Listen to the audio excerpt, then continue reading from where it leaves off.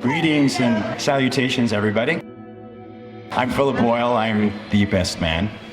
Richard is the dearest and the closest friend that I have. We have an incredible amount of memories together. In Cathedral High School, we performed in musicals, and while we were on stage, there was this lovely woman over here in the corner, this small little petite woman with high heels and bright red lipstick. Her name was Cynthia Llamas. Who knew that in that moment, as we danced across that stage in Guys and Dolls, that these two would be exchanging vows over 20 years later. And I want you all to think about the journey that brought us to this place. How did we get here?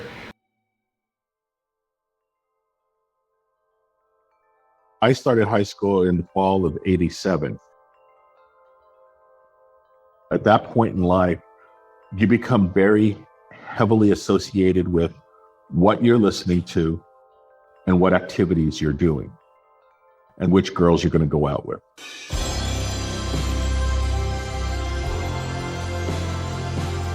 My core group of friends were Bill Boyle, Brian Farish, Adrian Gonzalez, Omar Ocon, Anthony Torres, Sean Armstrong, Justin Bradshaw, Sal Gonzalez. I am so much more introverted. I never really hung out with more than 2-3 people at any given time. I struggle to make close friends. My best friend then and still now is Lisa Soto. I was bothered by the way people were treating her. Cynthia literally turned into a woman over one summer. And the girls did not take a liking to her because all of a sudden she was this beautiful little thing.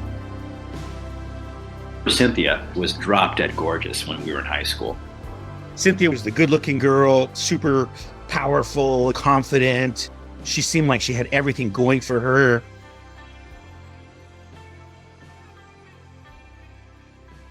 At the beginning, it was just so difficult and so awkward. My father had strict rules about going out until a little later, which is when I got into theater, which was awesome because practice schedules were put out well in advance. We had an excuse to get out. It was a planned thing, and it was near boys. That space was like a big freedom for us because we got to be somewhere that wasn't school or home. We could mingle with other people our age.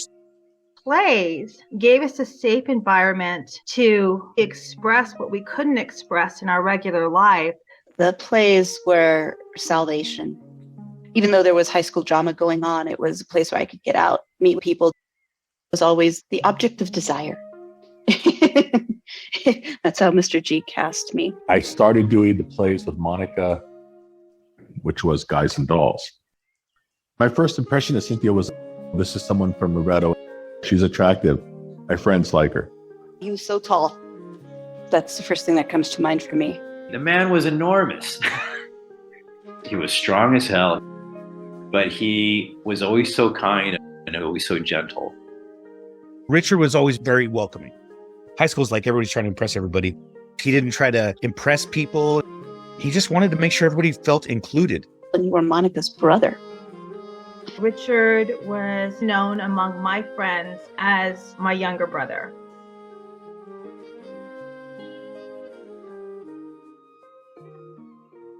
We didn't really get to know each other as people. We happened to be at the same events, but weren't really like, oh, I'm going to go hang out with Cynthia. Because his friends were interested in me. We were background to each other. Good times for a change. See the look I've had. There are people who are in the background because you're hyper-focused on one thing. So please, I didn't want a girlfriend. let me I wanted to be able to do what I wanted to do and not be attached to anything. get what I want. There was nobody that I felt romantically toward.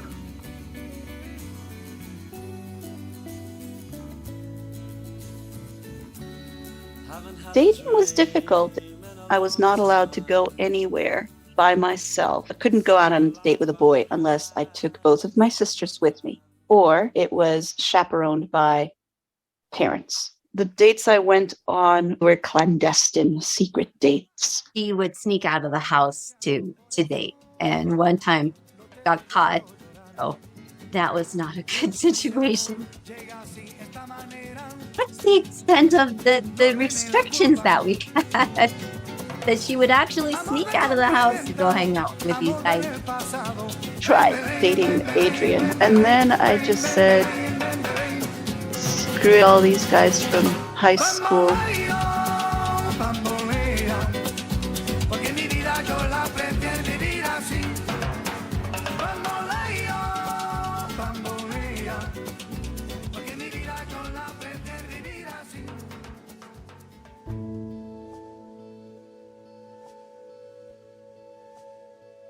I was 17 when I graduated from high school.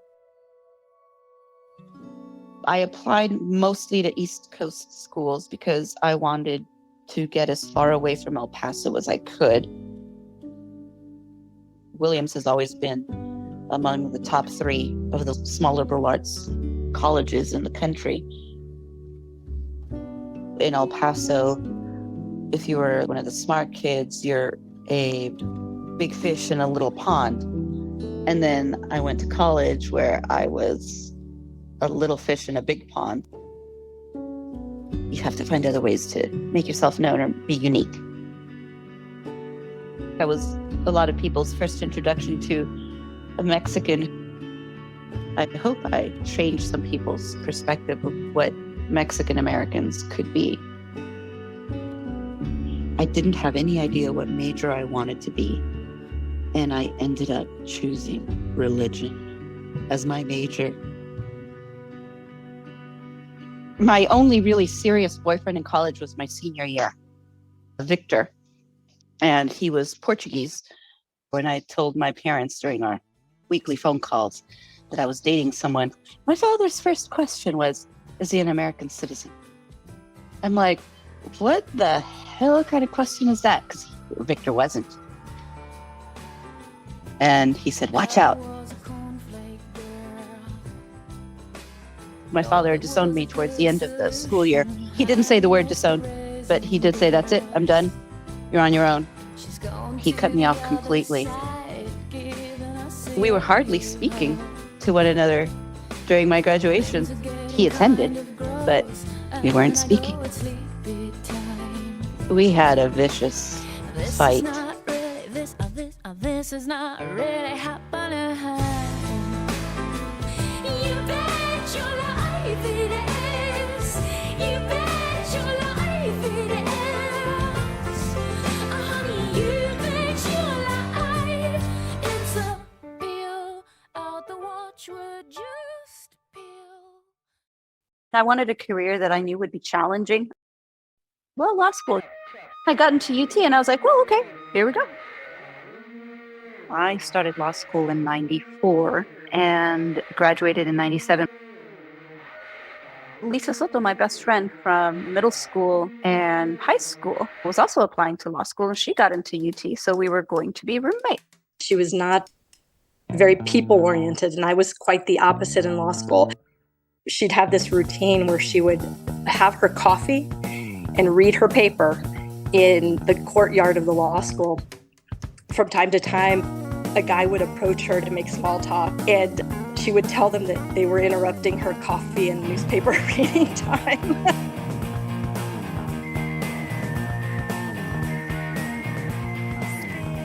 She would tell me that if it weren't for me, she wouldn't have friends because she was happy just being in our apartment, studying and doing her work and minding her own business.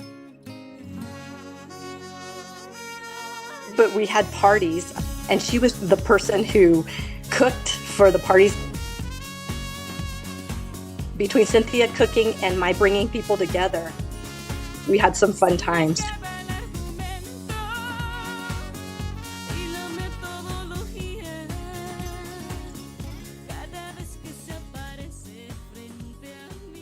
The first semester, I absolutely hated it. I almost quit. and I was actually looking into hotel restaurant management programs.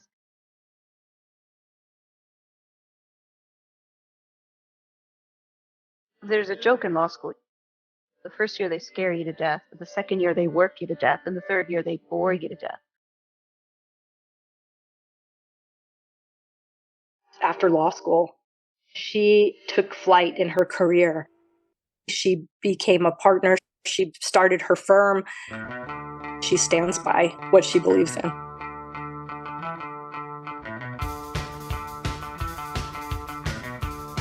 I wanted to be the first one to actually leave the city and go out and find something different. I did not apply to a safety school. Notre Dame was always on my list.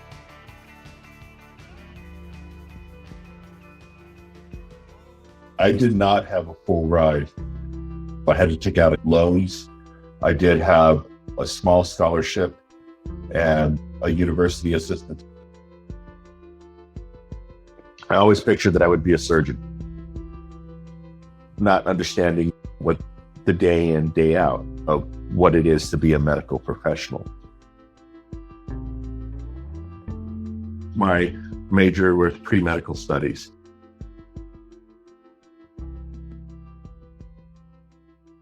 It was interesting talking to mom and dad.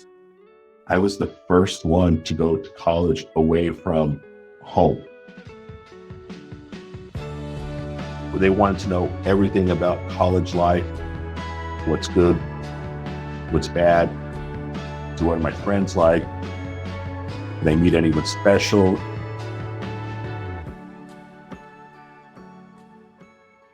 I did so poorly in my sophomore year at Notre Dame.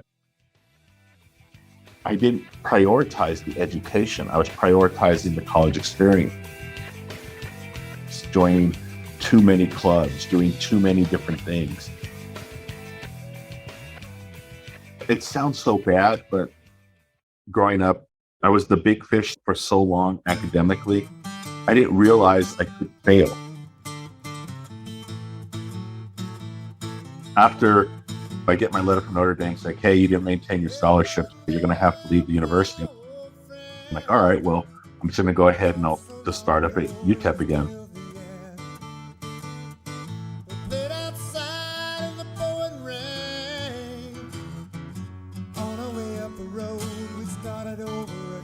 We were all discussing about how we wanted to move away from the nest for the very first time. And so Richard explained to us that Jason's mom was looking to rent her house. So Richard, Adrian Gonzalez, David Dinajero, and myself, we were the first 4 inhabitants of that home.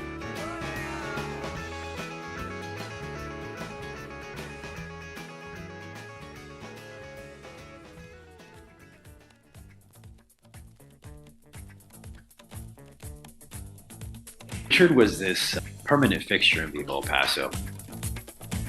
He was never involved in that show. Sit back, relax, and enjoy the show.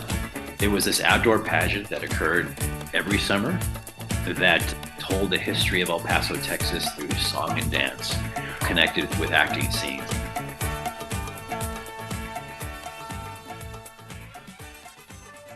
Richard was at that show almost every night. When the show ended, we would see Richard by the car, kind of like, hey, welcoming us all with open arms and saying, hey man, okay, so where are we going now? And to the point where everyone in Viva knew Richard. And they loved him. We all made some incredible friends throughout the years.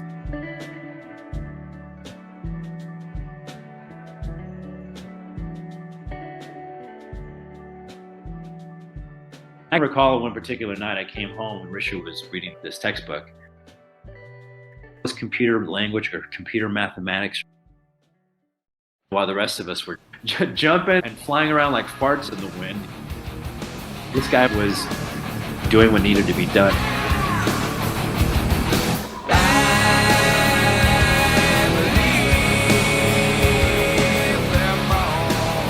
There was 2 volumes to the stereo, loud and louder. And when you're blaring Alice in Chains, Soundgarden, Pearl Jam, and Bob Marley till 5 in the morning, it's going to be hard to do anything. He was probably within about 6 to 8 months. It was time to leave. I decided to start studying for the MCAT in 1995.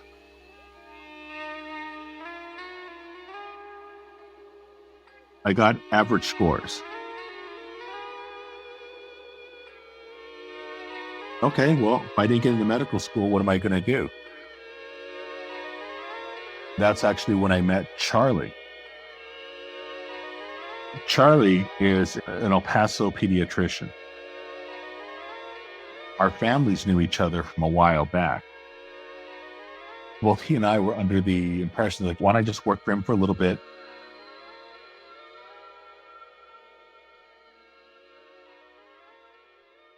I did end up retaking the MCAT, getting the exact same mediocre scores, but I discovered that I had a talent for the management portion of the medical field.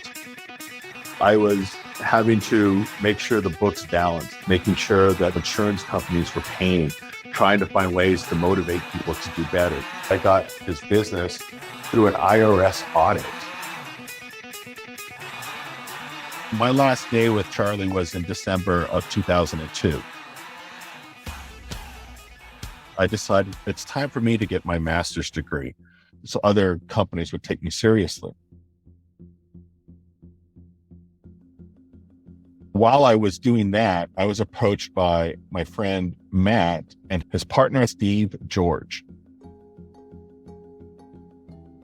I went to go work with them. The company was always short on money.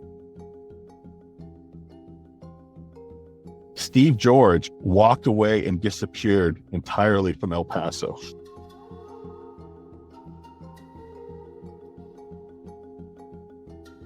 Matt and I were left holding all of the books and all the debt. I reached out to Texas Tech University. Dr. Handel did all the work that I did with Charlie. And he said, hey, why don't you come work for me at Texas Tech? It allowed me to continue doing my master's in the evening and work at Texas Tech during the day. I did it for $33,000 a year, a ridiculously low amount of money to manage the level of responsibility that I had. After 2 years, I finished my master's. I need to get a raise because of my debt. He tried to write a grant to get me the extra money. That didn't come through. I started ADP in July of 2005. It was the only time in my life that I chased the money as opposed to, did I really fit in there? They were kind of making me a scapegoat because I couldn't get rid of one guy. When I tried to let him go, that's when I ran into all sorts of issues with corporate. The money's not that important. I don't want to stick in this culture. Son of a bitch, give me a drink. One more night, on this camping thing. Son of a bitch, if I drink it clean, I'm gonna drink my life away.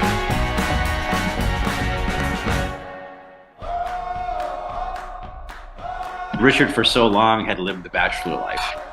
The rest of us were thinking to ourselves, gosh, something's going on with him. Does he have some sort of issue with relationships? And I never posed the question to him. I got real close, but before I could, he was already on the roller coaster with Cynthia. I had just gotten out of dating, go hook up with a friend, see how they're doing. I wasn't looking for a boyfriend, just meeting up as friends. We went to a Vietnamese restaurant and had Saigon Taste on Mesa. Richard was really into food as I was. I've never been one to stick with the more traditional food. I'm going to try something different. I like the way this tastes. I like this texture. Richard and I started going to the movies together as friends. The first movie we went out to go see each other was The Curious Case of Benjamin Button. We went to Yep. see all the Harry Potters. We were movie buddies for quite a while. It was 2009. We had just finished seeing Monsters vs. Aliens.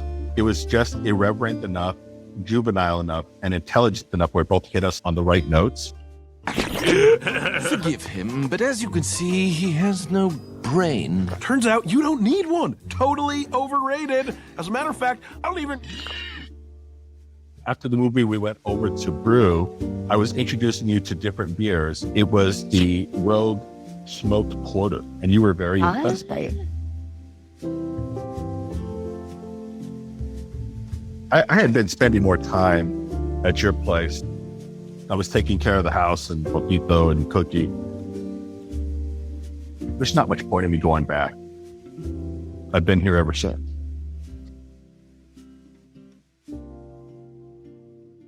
Richard joined in the Llamas family tradition. We would eat, drink, and talk for hours about anything and everything. I never brought anybody around prior to Cynthia. I always told Mom, if I'm dating anyone seriously that I want you to meet, I will bring them over. Cynthia was the first one that they actually met.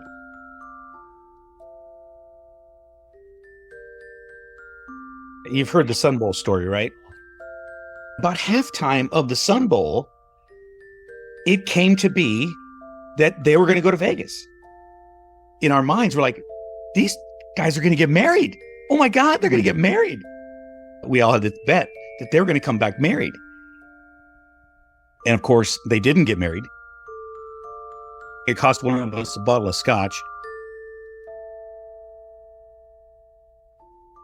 I never really needed to get married. We actually had straight out conversations like this. Do you want to get married? No. Do you? No. Okay. Then that's the end of it.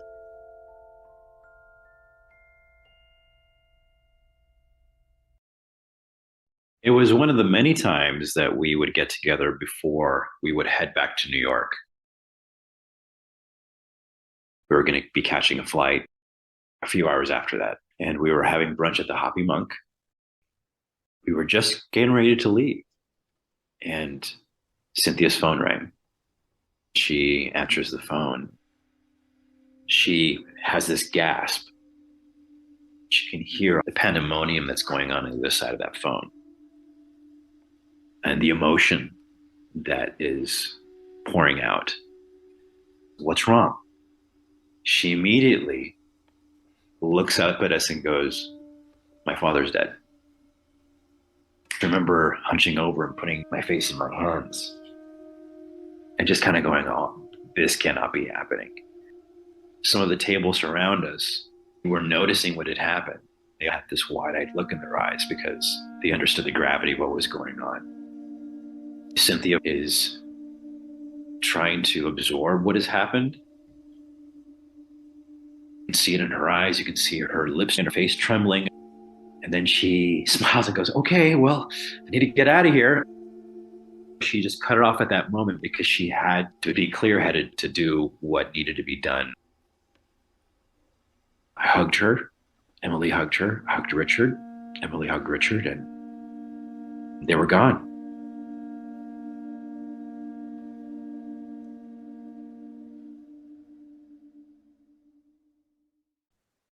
After the initial shock, I go into super organizer mode.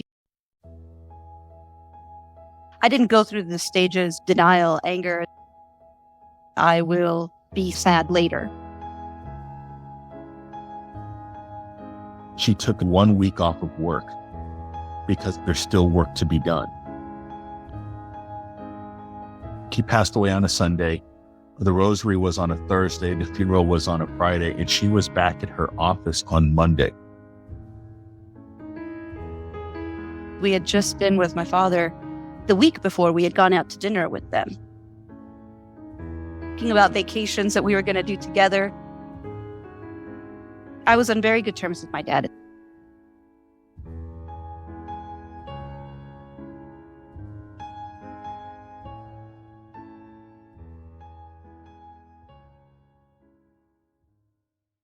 We had Easter over at Mom and Dad's. We enjoyed a couple beverages and we came back to the house. And then the conversation into marriage.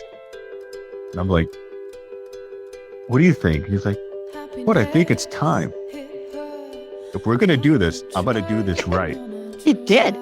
Yeah, I know the answer, but it's still one of the most nerve-wracking things ever to ask. I got down on one knee and I was like, right, Cynthia, Catalina Llamas, will you marry me? And she said yes. And then we told Mom and Dad in group text. I told Jason, Brian, and Philip. Brian was like the first one who called me back. When I heard that Richard and Cynthia were going to get married, it was about the coolest thing ever. Some of my two oldest friends don't get married, right? They do now, so it's awesome. The dog days are over. The dog days are done. The horses are coming. We got married on May 13, 2017. Our wedding was such a blast. It was like a nonstop party. The absolute best wedding ever. Maybe it was because it was so much tied up into it. I'm not really comfortable being the center of attention. Everybody wants to talk to me and Cynthia. I can't just go to the wall and hide myself.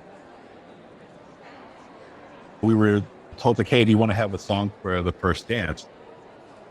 People do expect some nice slow dance at the beginning of a wedding. But we wanted it to be something that was us. David Bowie, Golden Years.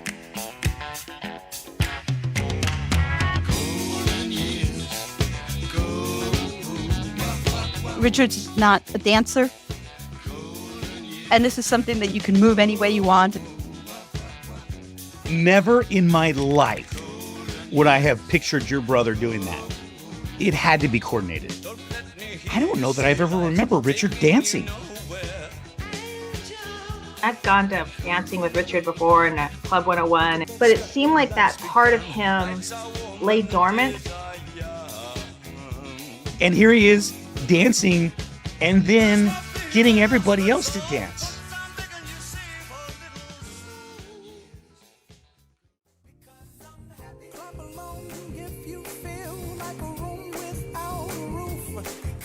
And Happy was a really good idea. We wanted to do something when we walked in, and we didn't want to do anything coordinated. My dad loved that song.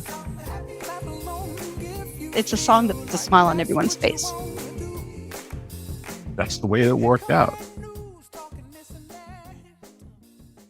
I'm going to get kind of cheesy. Being married to somebody that has long history, like my wife, we met when we were 16 years old. To have Richard experience that same history, it's magical. And now the end is near, and so I face the final curtain. My friend, I'll say it clear, I'll state my case, of which I'm certain. I've lived a life that's full. I traveled each and every highway, and more, much more than this. I did it my way. And I want you all to know that if it wasn't for me, Richard and you guys wouldn't have been married, because I personally took Richard to kindergarten class every afternoon. And if it wasn't for me, he'd be late to school.